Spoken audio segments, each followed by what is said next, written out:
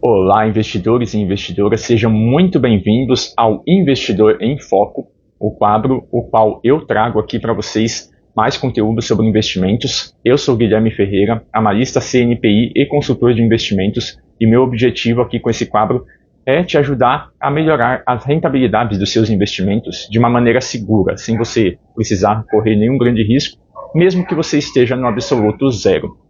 E hoje, especificamente, o objetivo é trazer aqui para você, em primeira mão, um conteúdo que faz parte da minha mentoria individual, mas que eu estou trazendo hoje totalmente de graça para você.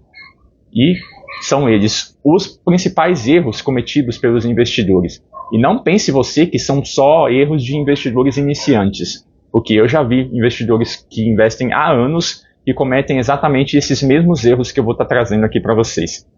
Não estranhem que eu olhe para o lado assim, porque eu estou com uma lista dos erros, mas eu vou explicar cada um deles, para que seja bem detalhado, porque não adianta também só falar os erros e não explicar o porquê que eles acontecem, porque tudo tem um motivo. Eu vou colocar aqui o primeiro erro, e vamos lá. Primeiro erro cometido pelos investidores: depender de recomendações de gerente de banco ou de assessores, agente autônomo, como ele se intitula. Por quê? Esse tipo de profissional, não estou falando que são profissionais ruins, não são pessoas que necessariamente vão agir de má fé, nada disso, deixando bem claro desde já. Só que são profissionais que trabalham por comissão. E muitas vezes eles podem ter o investimento A e o investimento B. O A paga 10% de comissão, número hipotético, tá? Nenhum paga tudo isso. E o outro paga 5%. Qual você acha que ele vai te indicar? Não necessariamente o que ele te indicar é o melhor para você, mas sim o que paga mais comissão para ele. Todo assessor é assim? Todo gerente é assim? De forma alguma. Mas quando você depende da recomendação deles, como é que você vai saber se você está ou não seguindo algo que faça sentido para você? Boa noite, Amanda. Entrou aí agora. Seja muito bem-vinda. Se quiser deixar algumas perguntas aqui, pessoal que está entrando, deixa aqui no final, eu vou responder todo mundo, tá? Tem a caixinha ali de perguntas, ou pode mandar aqui no chat mesmo, mas caso passe batiba, coloca na caixinha que no final eu dou certeza que eu vou olhar, então não se preocupem quanto a isso. Então é isso, você pode até ter um assessor de confiança, você pode confiar no seu gerente para algumas situações, mas tenha conhecimento para você não depender dele. Se ele te dá alguma ideia de que vale a pena, ok. Eu mesmo, como consultor, como profissional da área, às vezes eu troco ideia com assessores também. Principalmente quando são investimentos os quais eu não acompanho muito. Absolutamente normal. Não tem problema isso. Só que eu não dependo da indicação deles, porque eu tenho o conhecimento. E o próximo erro, que é pior ainda do que esse primeiro: ouvir palpites de quem não é profissional. Pior ainda, porque não são pessoas que realmente sabem o que estão te indicando. O assessor, o gerente, eles podem, em alguns casos, agir de má fé. Pode acontecer. Mas quando você ouve alguém que nem profissional é, você pode acabar caindo na armadilha de aplicar o seu dinheiro em algo que sequer é um investimento. E isso acontece com muita frequência. Eu não sei se algum de vocês já viu aquela pesquisa da Ambima que saiu nesse ano, que é um dos órgãos ali do mercado financeiro. Ela fez uma pesquisa sobre aonde os brasileiros aplicaram seu dinheiro no ano passado. E foi surreal os resultados que deram. Tem muito mais dinheiro aplicado em apostas do que em investimentos propriamente ditos. Muito mais. E aposta não é investimento. Deixando isso bem claro aqui. Tem gente que gosta dessas apostas esportivas, dessas bets que estão virando moda hoje em dia. E ok, eu até respeito que isso possa ser lá regulado. Eu confesso que eu não acompanho nada disso, então eu não vou me aprofundar. Mas deixando claro que a aposta é diferente de investimento. Quando você investe, você está confiando que você vai ou receber um empréstimo, quer dizer, você vai emprestar dinheiro para alguém, você vai receber esse valor com juros, ou você está entrando como sócio de um determinado negócio. Isso é investir. A aposta não é investimento. Então o que mais tem é gente na internet por aí divulgando produtos de apostas, porque eles ganham também em cima disso. E não são profissionais. Porque, por mais que esses profissionais que eu citei no primeiro erro, eles em alguns momentos possam indicar algo que não faça tanto sentido assim para você, pelo menos, nesses casos, eles ainda são profissionais. Eles não podem indicar algo que não seja regulado, que não seja fiscalizado pelos órgãos competentes. Agora, uma pessoa aleatória que não seja profissional, a chance de te indicar alguma coisa ruim é muito maior, infinitamente maior, vamos dizer assim. E fora que, além do risco de você cair em golpes, às vezes a pessoa que está te indicando algo que não é bom para você nem é necessariamente um golpista. Às vezes pode ser algum familiar seu que passou a vida achando que previdência era o melhor investimento. E eu falo isso por experiência própria, porque minha mãe achava isso. Antes de fazer 18 anos, eu já tinha uma previdência que ela fez ali para mim. Eu não tinha nem salário, não tinha renda, nem nada, ela que colocava. Porque ela acreditava que era algo que ia garantir depois a minha aposentadoria. De fato, foi bom que ela tenha pensado nisso, que não queria que eu dependesse só do INSS. Nesse ponto, ela foi super certa. Mas aquela previdência especificamente que eu estava, quando eu aprendi sobre investimentos e fui ver a respeito, né, eu olhei o histórico dela, era uma taxa absurda que estava sendo cobrada por uma rentabilidade menor do que a poupança. E fiquei anos com o meu dinheiro parado ali. Mas tudo bem, eu não tinha conhecimento, não tem nem como me cobrar por isso. Mas eu trago isso aqui porque pode ser que isso esteja acontecendo com você e você nem imagina. Porque um investimento que rende abaixo da poupança não faz sentido você manter lá. E ainda correndo um certo risco em alguns casos. Nesse caso não, porque é uma previdência mais focada em títulos públicos. Então risco, teoricamente, não tinha. Mas o que adianta também ficar guardando uma coisa que rende abaixo da poupança? Se rende abaixo da poupança, obviamente também rende abaixo da inflação. E a inflação, ela está aí. Isso todo mundo conhece, né? Você pode até não entender a fundo, não saber nada assim muito detalhado sobre economia, mas você sabe que a inflação existe. É só você ir no mercado e prestar atenção no preço dos produtos, o que acontece com eles. E aí, com o tempo, o seu dinheiro vai perdendo o poder de compra. Se você não tiver essa consciência de que você tem que aplicar o dinheiro em algo que renda acima da inflação. Ou pelo menos acompanhe. Mantendo ali o seu poder de compra, você já sai na frente de muita gente. E aí agora vamos ao próximo erro, que é de você querer parecer rico antes de ser de fato. E olha que isso acontece muito. Você consegue pensar em alguma pessoa que tem alguma dificuldade financeira, mas que tem um iPhone, ou que tem um carrão, mas está devendo ali até não poder mais? Não é difícil a gente achar casos assim. Que infelizmente a sociedade nos educa dessa forma, da gente querer mostrar para o outro que é rico, em vez de ter uma inteligência financeira, em vez de colocar o dinheiro para trabalhar para a gente, quando ganha um pouquinho mais, às vezes a pessoa foi pobre a vida inteira, ela ganha um prêmio de loteria, ou até ex-ganhadores do Big Brother, muitas vezes gastaram tudo e voltaram para a estaca zero ou pior ainda. Por quê? Quiseram sair gastando, quiseram parecer ricos, mas na verdade eles ficaram ricos por um momento. Não quer dizer que eles sejam ricos de fato. É muito diferente você ser rico e você estar rico. Quando você tem uma mentalidade de investidor, quando você pensa como rico, você, se por acaso perder tudo, você pode até naquele momento não estar rico, mas vai recuperar. É só você ler biografias de grandes empreendedores que perderam tudo e depois ficaram milionários de novo. E tem vários casos assim, de grandes empresários, grandes nomes por aí. Não só brasileiros, americanos também, europeus. Né? A gente consegue pesquisar por aí e achar vários casos. E é perfeitamente possível enriquecer novamente quando se tem a inteligência emocional, a inteligência financeira. Quando você tenta parecer rico antes de ser, não tem como você manter aquilo por muito tempo.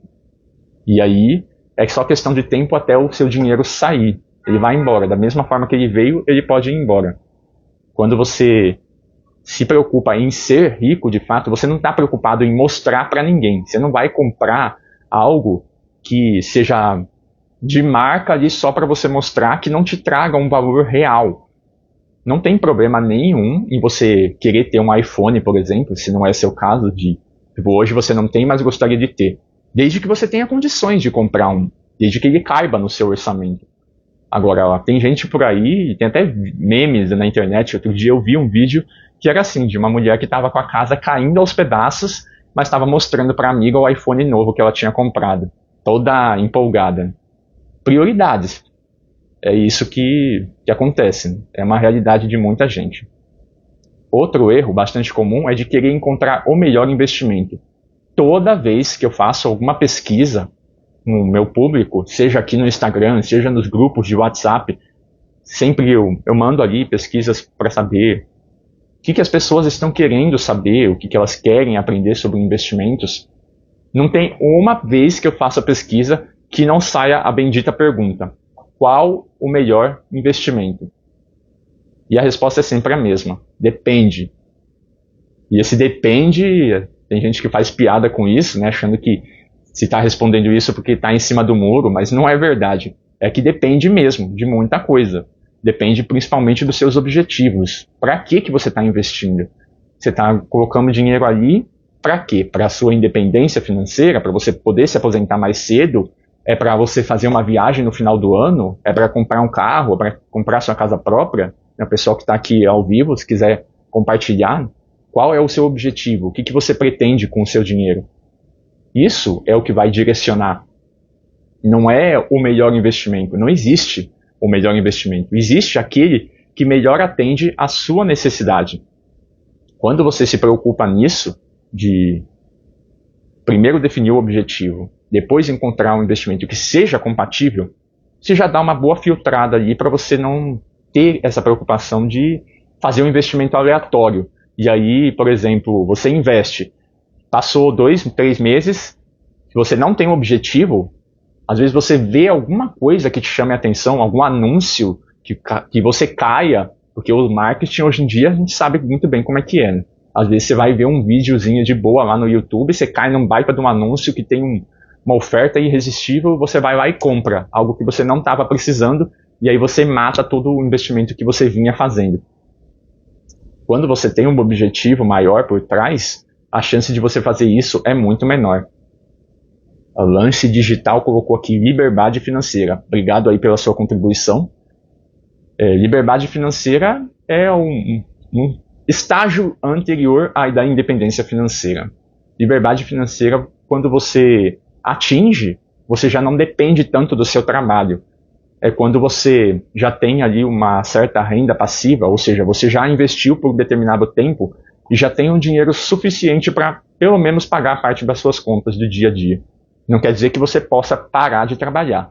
Se chegou um momento em que só os rendimentos das suas aplicações pagam todas as suas contas, aí você já chegou na independência financeira, que é um estágio acima, só definindo o conceito. Mas liberdade financeira é um ótimo objetivo, porque ninguém merece ter que ficar trabalhando por obrigação, né, com algo que não gosta.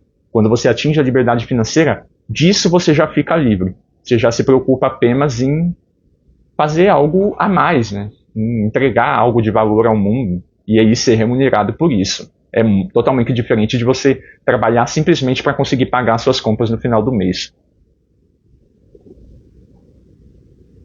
E outra questão é que o investimento aí tem que atender também ao seu perfil. Porque se você investe para a sua liberdade financeira, não é algo que você vai conseguir em poucos meses. A não ser que você ganhe na loteria. Mas não é o caso de 99,999% das pessoas que estão me acompanhando aqui. Disso aí eu tenho certeza. E se você tem um perfil mais conservador, se você não aguenta ver o seu dinheiro flutuando, tendo ali as variações, você não vai investir na bolsa de valores. Muita gente por aí fala que o Bitcoin, ele bate todos os investimentos da bolsa, supera os fundos, que a renda fixa fica para trás. Mas o Bitcoin, ele é extremamente volátil. Ele pode subir, ok, ele pode subir muito e superar todos os índices que você possa imaginar. Mas da mesma forma que ele pode subir, ele pode cair também. Se você olhar um gráfico do Bitcoin de 2021, Olha o que aconteceu com ele de lá até 2023, começo de 2023. Olha o gráfico do Bitcoin, lá para o meio de 2021 até o final de 2023. Veja o que aconteceu. Ele praticamente desvalorizou, se eu não me engano, 80%, ou quase isso. 80% do valor. Você aguentaria ver o seu patrimônio desvalorizando em 80%?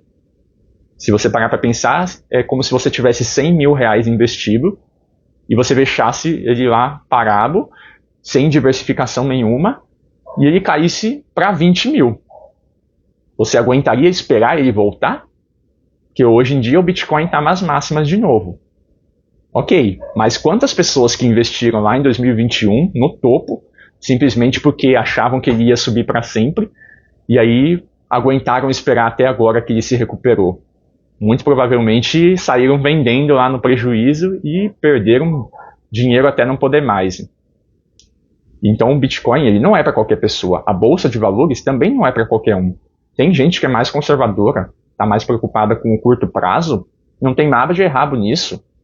Então você foca mais na renda fixa, que é aquelas aplicações que têm vencimento, que são mais previsíveis. O CDB lá do banco ou o Tesouro Direto, os investimentos ali que são mais previsíveis. Não precisa correr grandes riscos. Você não tem que ficar comparando com o vizinho. Você não tem que querer ganhar acima do mercado. O Warren Buffett, que é o maior investidor aí do mundo conhecido hoje em dia, ele tem duas regras. Nunca perca dinheiro e nunca se esqueça da primeira regra. O que ele quer dizer com isso? Quer dizer que você sempre vai ganhar dinheiro? Não. Não é essa a ideia. A ideia real por trás dessa frase dele é que você não tem que se preocupar em ganhar acima do mercado, e sim em não perder o que você já tem.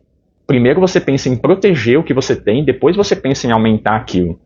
Isso é o principal. A ganância de você querer enriquecer rápido, de querer fazer rios de dinheiro, faz com que você entre em aplicações mais arriscadas. E se você não tem um bom manejo de risco, a chance de você perder tudo é muito grande.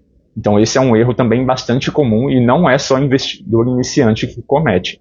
Eu já escutei umas histórias bizarras de... Quem foi a pessoa que me contou isso? Foi um colega de curso que eu fiz no Sebrae, logo quando eu estava abrindo meu CNPJ.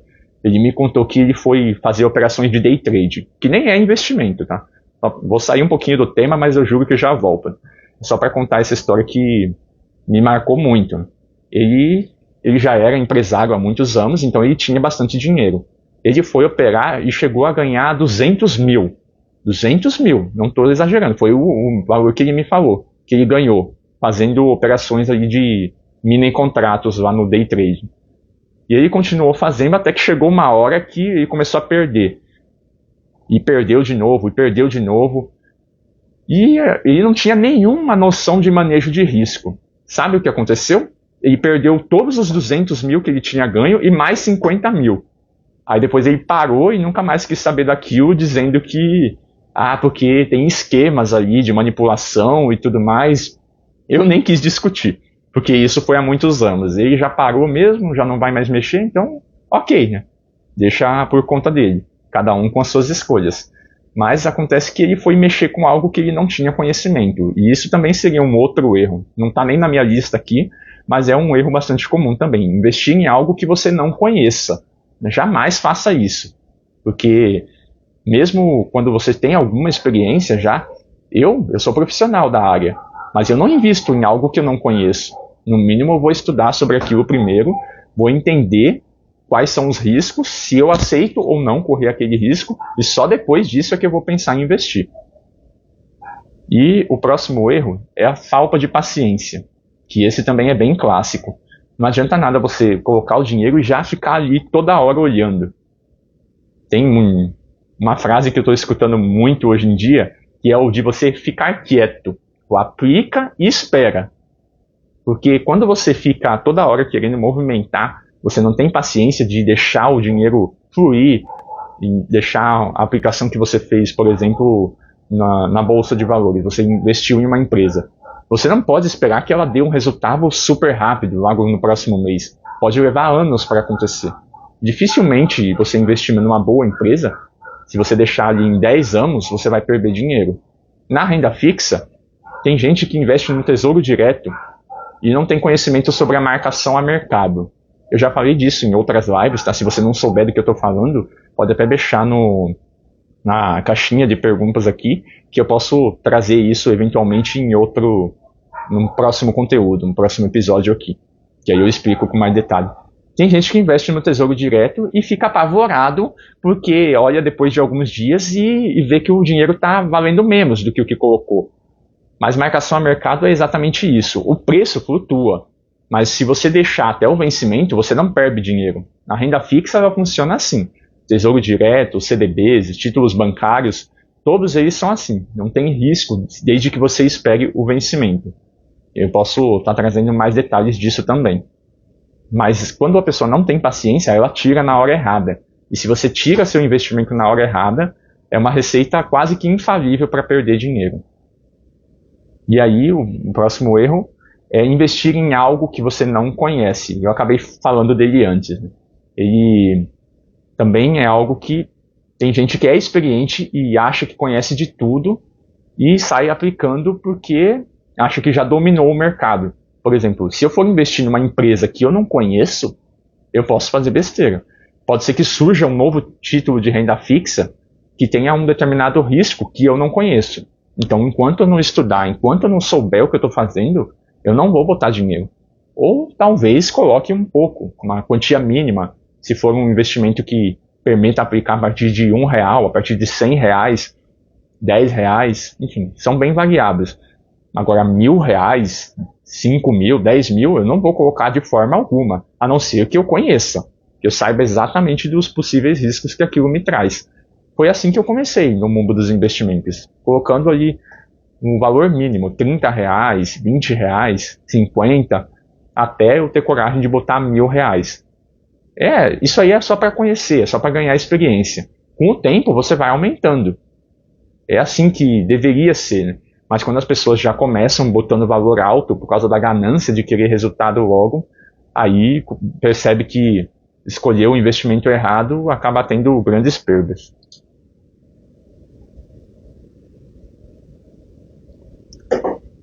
Outro erro bastante comum é viver sem uma reserva. Como você preferir chamar, reserva de emergência, reserva de despesas eventuais, de oportunidade, é uma reserva que não serve para te deixar rico. Não é esse o objetivo. Se você ficar preocupado, mas a reserva está rendendo pouco. Isso foi o que mais aconteceu lá em 2020, quando a taxa Selic ela foi a 2%. Foi no período lá da pandemia. Não se preocupa se você não souber do que eu estou falando, porque isso também foi um assunto de outras lives que eu posso estar sempre trazendo aqui. Mas quando a taxa Selic, que é a taxa referência aí da nossa economia, ela estava em 2%, tudo na renda fixa estava rendendo um mínimo, quase nada. E aí as pessoas estavam querendo aplicar na renda variável, que quando a bolsa já estava lá nas alturas, para ter uma rentabilidade melhor sem essa estratégia de objetivo. A sua reserva de despesas eventuais, ela é justamente para quando você precisar, quando acontece alguma coisa que não estava prevista. Por exemplo, uma batida do carro, o cachorro que ficou doente, ou às vezes os filhos ficaram doentes e precisaram de algum remédio, ou você mesmo sofreu algum acidente e o convênio não cobriu alguma coisa, você precisou tirar um dinheiro ali que você não estava planejando. Ok, aí você pode pegar dessa reserva. Ela só tem que estar disponível para você. Ela não tem que ter uma alta rentabilidade. Ela tem que ter liquidez, ou seja, permita que você pegue a qualquer momento e tenha segurança. Porque não adianta nada você colocar em algo que você possa perder a qualquer momento, porque aí você fica sem a reserva. E a emergência às vezes pode acontecer justamente no momento que você fica sem ela. Então viver sem uma reserva é um péssimo erro. Então deixo bem claro aqui que, a não ser que você já viva de renda passiva, você seja aí milionário, você consiga tirar de qualquer lugar o dinheiro que não vai te fazer falta, mesmo que você perca um pouco, ok, pode ser que aconteça e, enfim, eu conheço vários casos de pessoas assim. Mas quem está construindo patrimônio ainda, viver sem reserva é pedir para acontecer uma tragédia. Não cometa esse erro, por favor. Se você tem amor à sua vida ou da sua família, tenha sempre uma reserva. Quanto de reserva? Aí vai depender da sua realidade. Se você for um funcionário CLT, uma reserva de uns 6 meses aproximadamente é o suficiente. Se você for funcionário público, pode ter um pouco menos. Uns 3 meses aproximadamente já é o suficiente, porque para você perder a sua renda principal é algo muito difícil de acontecer. Então ela é mais para casos eventuais mesmo que aconteça. Agora, profissional autônomo, esse daí é bom ter pelo menos de 6 a 12 meses. Se tiver um ano ali do seu custo de vida mensal. Porque você vai estar sempre nos altos e baixos, né? Eu sei porque eu sou empreendedor. Eu tenho CNPJ e tudo. Minha renda não é a mesma todos os meses. Eu sei que eu preciso ter uma reserva. E, ok, como eu tenho mais conhecimento, eu aplico em alguns tipos de fundos de investimentos que têm um risco um pouquinho maior. Ok, porque eu sei o que eu estou fazendo. Mas a minha reserva mesmo imediata está em títulos de CDB, de liquidez diária, super simples, que é só eu pegar e pronto, uso para pagar minhas contas. Qualquer coisa que aconteça, é dali que eu vou pegar. Enquanto isso, tem aplicações que são para longo prazo, que estão lá rendendo e eu vou deixar quieto esperando o longo prazo, porque o objetivo daquele investimento é outro. Dá para perceber como quando a gente tem objetivo fica muito mais fácil? A gente evita misturar as coisas e evita outros erros, como de seguir a manada sem questionar.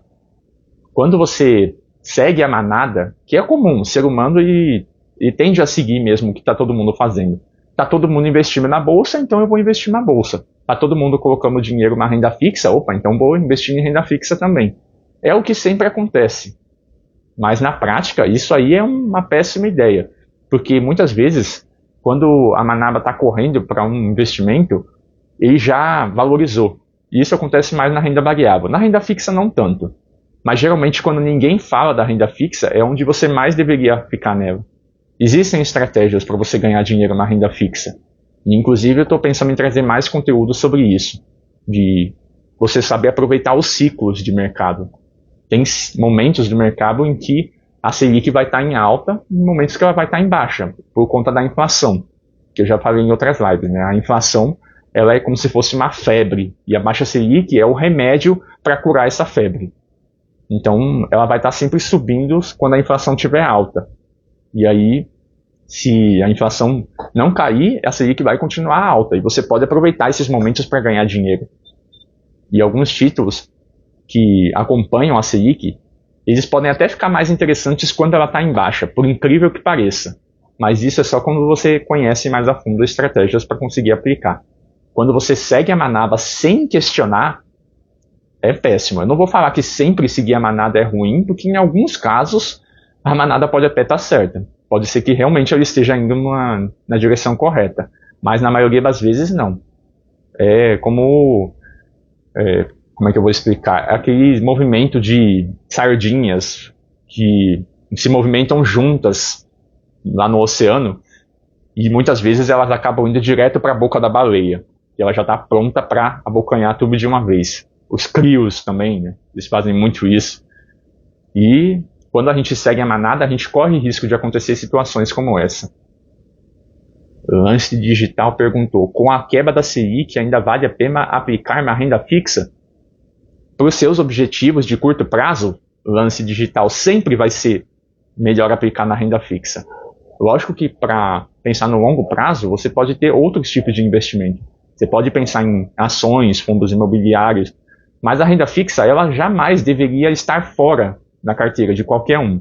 Como eu falei agora há pouco, viver sem a reserva é um dos principais erros cometidos pelos investidores. Então, se você pelo menos tem a sua reserva ali na renda fixa, ok, você já está com meio caminho andado. Mas para médio prazo, por exemplo, um objetivo que você tenha para daqui a 1 ano, para daqui a 6 meses, ainda é preferível renda fixa. Eu só penso em renda variável mesmo para de 5 a 10 anos, né? De preferência mesmo acima de 10 anos. Médio prazo também é preferível renda fixa porque ela é previsível. E ainda tem aplicações na renda fixa que tem rentabilidades atrativas, mesmo que não tanto quando a Selic estava lá nos 13%. E a gente tem que tomar cuidado de, quando investe com a Selic lá nas alturas, a gente achar que está ganhando muito dinheiro, mas na verdade a gente está só acompanhando a inflação. não é bom para a economia brasileira quando a Selic fica muito tempo em alta. E, inclusive, ela mudou de projeção recentemente. Estava prevista para terminar o ano em 9% e agora já mudou. Já está prevista de terminar em 10%. E quando eu estou falando está prevista, são os economistas que fazem essas previsões. Não quer dizer que eles estejam certos. Eles estão prevendo o que eles acreditam com base no que está acontecendo hoje na economia. Mas a economia é cíclica, né? Podem acontecer muitas coisas até o final do ano, principalmente vinda de fora do país, lá nos Estados Unidos, que o mercado americano influencia diretamente no movimento da economia brasileira. Por quê? Boa parte do dinheiro que está investido aqui vem de fora, do investidor estrangeiro. E o investidor estrangeiro ele só vai aplicar o dinheiro aqui se fizer sentido para ele, se ele estiver rendendo mais do que nos Estados Unidos. Qual é o sentido de alguém trazer o dinheiro aqui para o Brasil? Estou falando alguém não brasileiro, né? Por que ele vai trazer o dinheiro aqui num país de terceiro mundo se lá nos Estados Unidos estiver rendendo a mesma coisa, sendo que o risco do governo lá quebrar é muito menor do que o daqui? Não tem nem comparação, né, se você parar para pensar. Então a nossa economia aqui ela vai estar sempre sendo influenciada também por fatores externos. Outro erro é você tomar decisões baseadas em emoções, porque é normal que você se assuste com algumas oscilações do mercado. É normal que você veja ali a renda fixa com a marcação a mercado, ela tendo uma desvalorização, e aí você se assusta e quer pegar o dinheiro de volta logo, não espera o vencimento, e você perde dinheiro por motivo pífio, digamos assim. Porque renda fixa, se você espera o vencimento, você nunca vai perder dinheiro. Pelo menos não nominalmente. Como assim, nominalmente? Né? Já está falando difícil. Né? Então, nominalmente significa que se você investiu R$100, você não vai pegar menos de 100 no final. Você vai pegar 101, vai pegar 102, 103, enfim.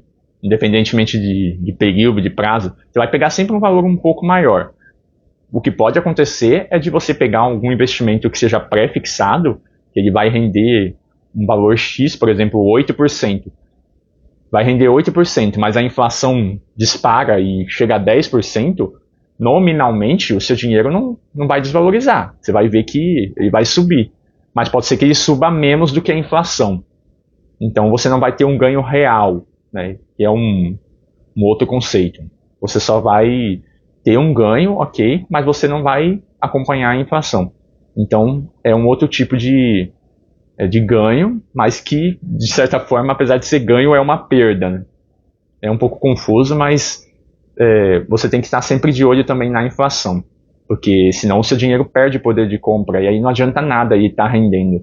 Então a gente tem que ter esse tipo de cautela, até mesmo na própria renda fixa.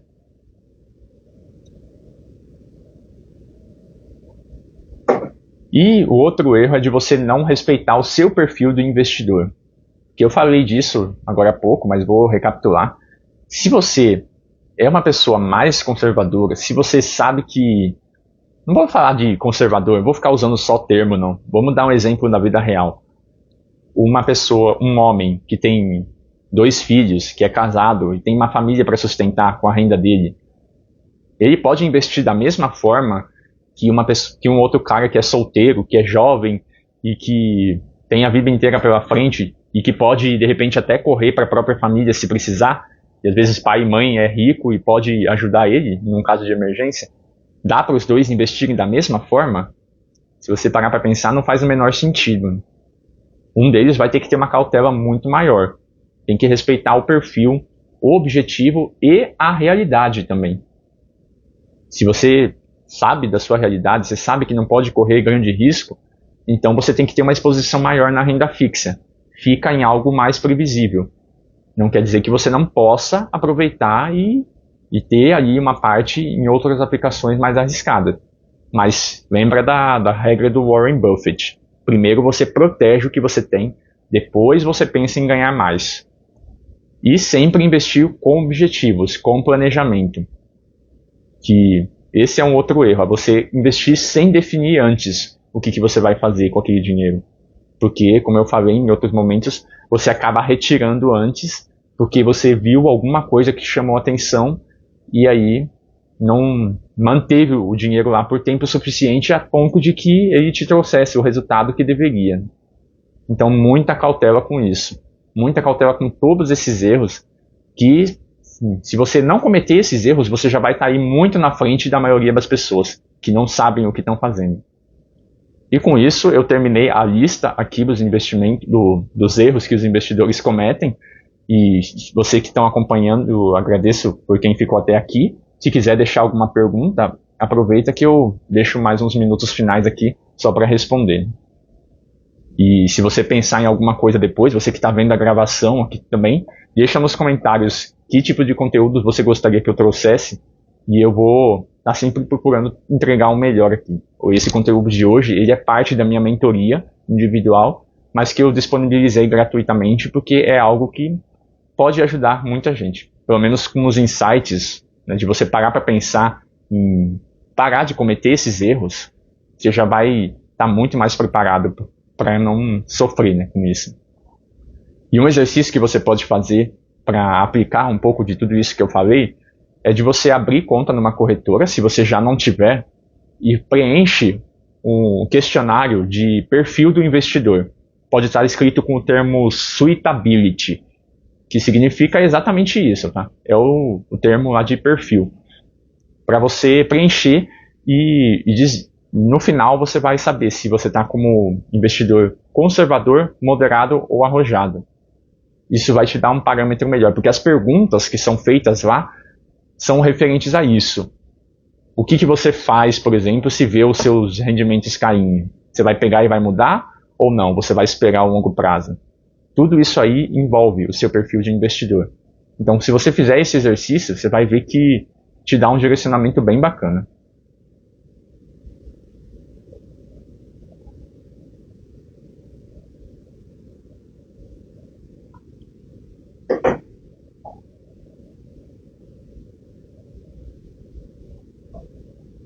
Deixa eu só ver se ficou mais algum comentário perdido aqui. Sobre o lance digital já foi respondido.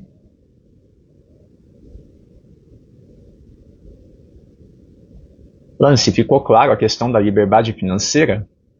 Que eu falei mais para o começo? Que eu vi que você colocou aqui sobre a diferença, né? A liberdade financeira e a independência financeira são dois objetivos bastante comuns. Mas eles são praticamente estágios diferentes, mas que todo mundo vai querer buscar, né? Ficou bem claro, né? Muito bacana, fico feliz por isso. E, bom, aparentemente não tem mais dúvidas por aqui. Então, não sabia que tinha diferença, né? Então, agora você está sabendo e busca primeiro sua liberdade financeira e a partir do momento que você conseguir, busque também sua independência financeira. E conta comigo aqui para o que eu puder te ajudar. Então, uma ótima noite a todos, bons investimentos, abraços e cuidado com esses erros possíveis aqui. Não cometa e foca em proteger o que você já tem. Depois você pensa em ganhar mais.